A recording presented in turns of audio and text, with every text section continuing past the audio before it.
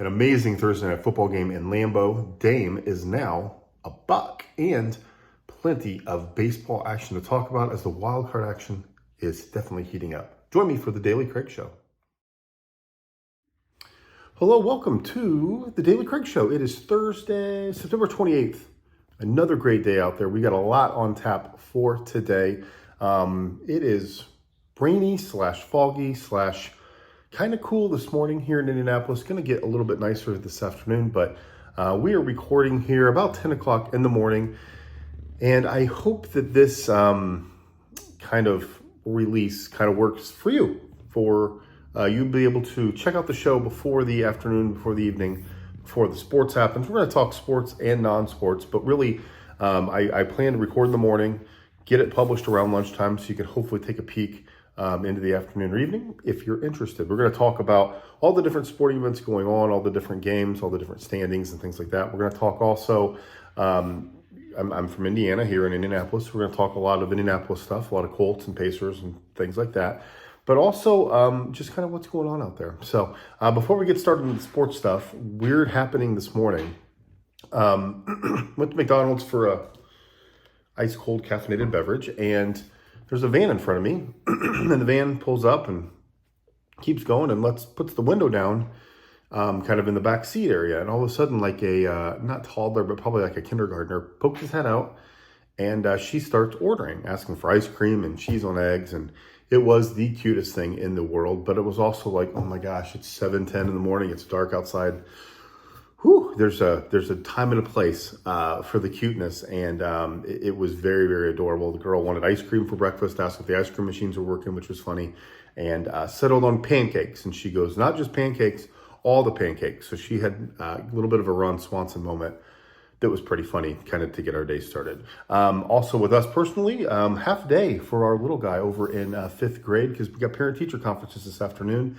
There are parent-teacher conferences today and tomorrow, so we're going to do a half day of school and just get through the next few days. But today is a big day in the NFL world. The 2-1 Lions visit the 2-1 Packers. We're on Amazon Prime tonight, which means we got Al Michaels, Kirk Herbstreit. It starts at 8:15 Eastern time.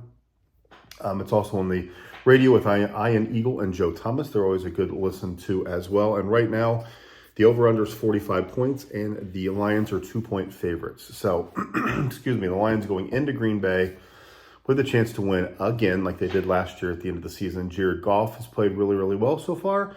David Montgomery, 653 yards so far, 3 touchdowns. That's in 7 career games versus Green Bay. So, just a little bit behind the scenes here. There's a thing called the NFL Communications, and what they have are these capsules, and with the capsule, it basically is like a page for the home team and a page for the visitors team of all these stats and information. Like right now, I'm looking at it. Excuse me. It says Jared Goff is a 69% completion, 5 touchdowns, 2 interceptions. All these different pieces of information, which is great. But sometimes they throw some weird stuff in there, and that's a weird one. David Montgomery has pretty good career against the Packers. Let's see what else is going on. Scoring. Let's look at that real quick. The Lions are averaging 24 points a game, while the Packer defense is only letting up 20. And if you flip that around, the Green Bay offense is scoring 26, and the Detroit defense is only letting up 21. So Green Bay's got a little bit better offense. Both of the teams throw it like crazy. I guess Detroit is a little bit better with the run game, over 110 yards a game, where Green Bay's 90. The takeaway difference, Detroit is -3, Green Bay's +2, so that's something to take a peek at. Both teams get after the quarterbacks. Both teams cause some turnovers. It's going to be an interesting game. It's going to be a really, really good game. It's going to be a fun game. I think that the the Lions defense is going to get after Jordan Love. We'll see what happens. They had to kind of come back. They got shut out for the first 3 quarters last week. Jordan Love has had a good season so far. 7 touchdowns, 1 pick, only 53 completion percentage. That's way below what Jared Goff has going for him. His running game is a little bit more more potent. So we'll see what happens there. But I like the Lions. I think that they're going to go into Green Bay.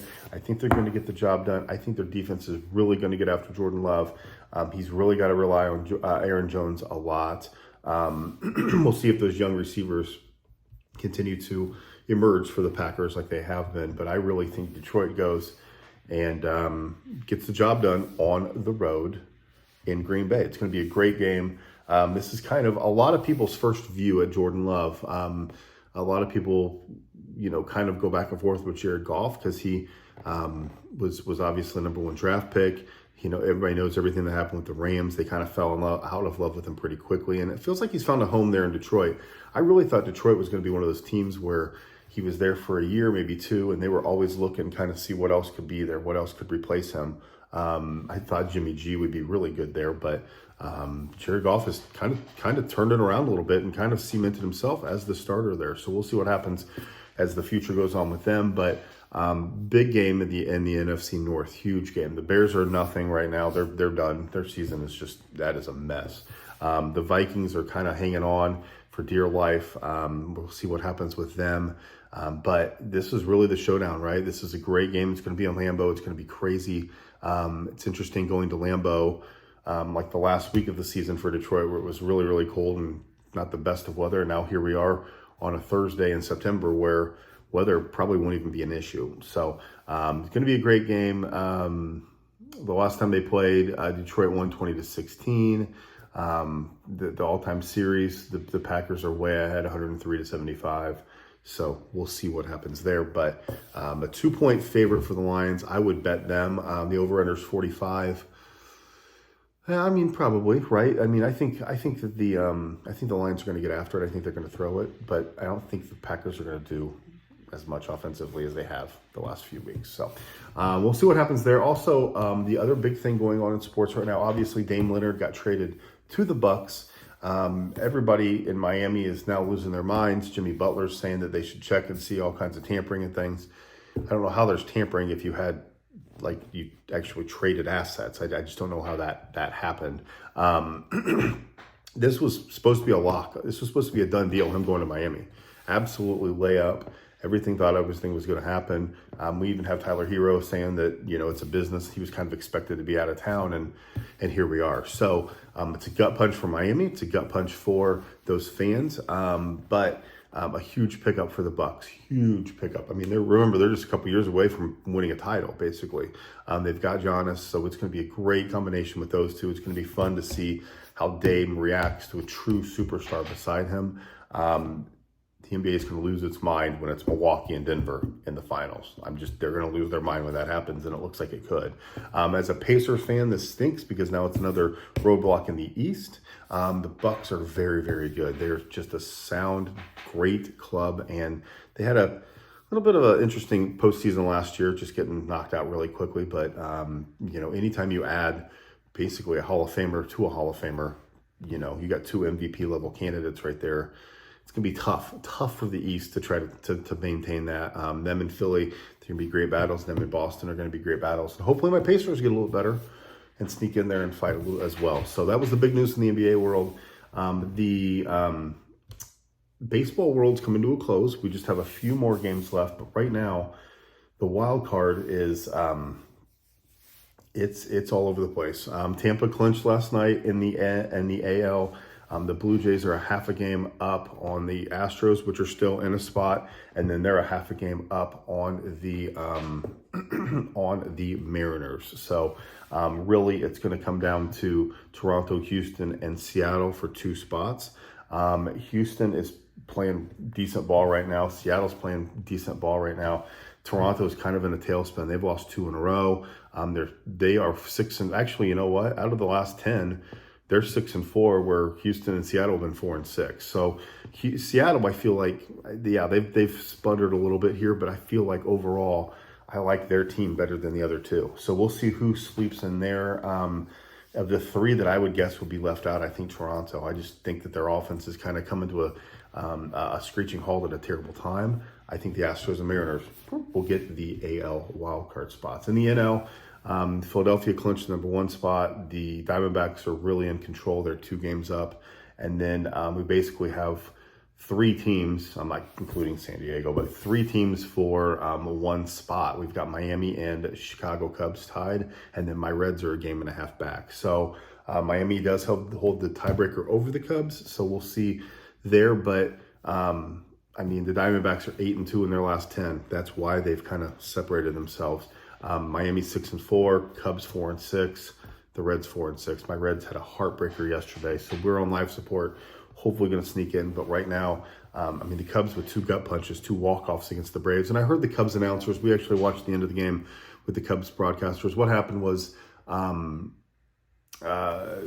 basically they were here in extra innings, and it's something where the Cubs take the lead, and then the Braves come up and actually, let's see here, Ronald Acuna actually drives in the tying run, and he gets to first base, and then he steals second. And what the significance is that of his 70th stolen base, he had 40 homers and 70 stolen bases.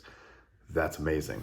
They stopped the game and had a little presentation. He got the base out and celebrated like Ricky Henderson did back in the day. And the Chicago Cubs announcers were losing their minds. I understand where they're coming from, because it is a pennant race. It is a big deal. It is a big game for them. But ultimately, they were really losing their mind. That they should not be stopping the game. They should do this later. And then lo and behold, next pitch, boop, Acuna comes down to score. Game over. And the Cubs lose, and there you go. So that's what's kind of happening in the baseball world tonight. We've got Diamondbacks and White Sox at 2 o'clock. Again, the Diamondbacks have been on an absolute tear. The Phillies and Pirates. Phillies have already clinched. The Blue Jays host the Yankees. Miami is still in New York with the Mets. Chicago is still in Atlanta with the Braves. So a lot of implications. And then Seattle actually hosts Texas, and nowhere for the Astros. So my Reds are off today. So big games: Diamondbacks, White Sox, Yankees and Blue Jays, Marlins and Mets, Rangers and Mariners. So some really big games today as we get into the wild card situation. So, but that's it. We're going to be watching the football game tonight. We're going to be checking in on that. We've got a lot of NHL preseason already.